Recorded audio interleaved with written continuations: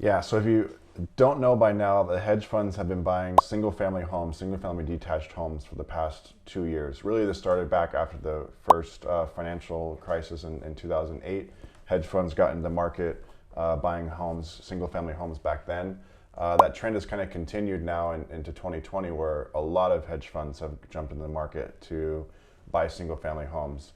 And this really changes the real estate market because we're already in a short supply of housing, so it's really making the housing crisis even worse.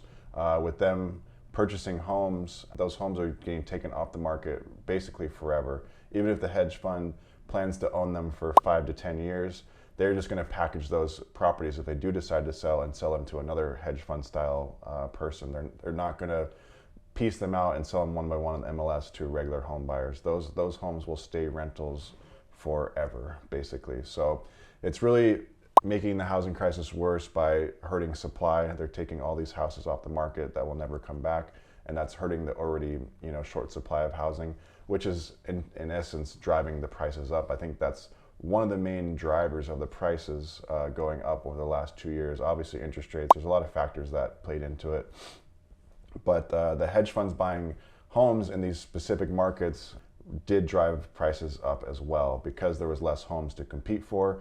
People were offering more, over asking for the homes that were available because there was so little of them. And that, in essence, drove the price up and up and up. Now, with interest rates going up and hitting almost 6%, some of the hedge funds have backed down and stopped buying as much.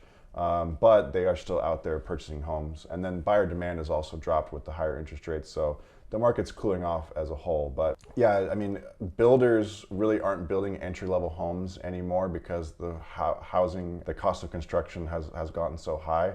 A builder's entry-level price point now is nowhere near what it was 10 years ago. They can't build homes for that cheap anymore. I mean, just to build a house, just the construction costs alone are $250,000 to $350,000 to build, a standard home. And they obviously need to make a profit. There's land costs. There's a lot of costs involved in building a home.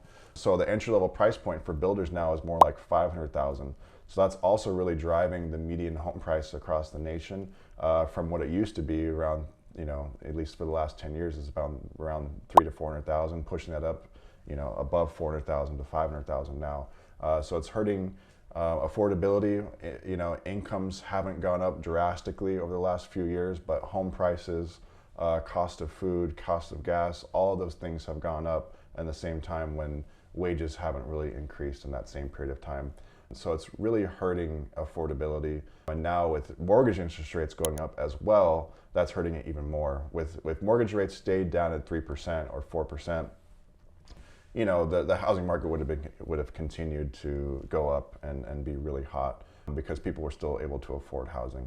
So the hedge funds buying those homes, people not being able to afford to buy their own homes is pushing people to rent. And that's really not the goal, but obviously there's a need for housing. So the hedge funds knew that every house they buy, there was a demand for a rental in that market. But I think it's just pushing more and more people from home ownership into renting, which, obviously the interest rate on a rental is 100%. I was talking about that too. Like, yes, interest rates are 6%, but what's the alternative? The alternative is going and renting, where your interest rate is really 100%. You're not building equity. All that money is going to someone else. So that's why I still think buying a home, if you can afford it, is still smart.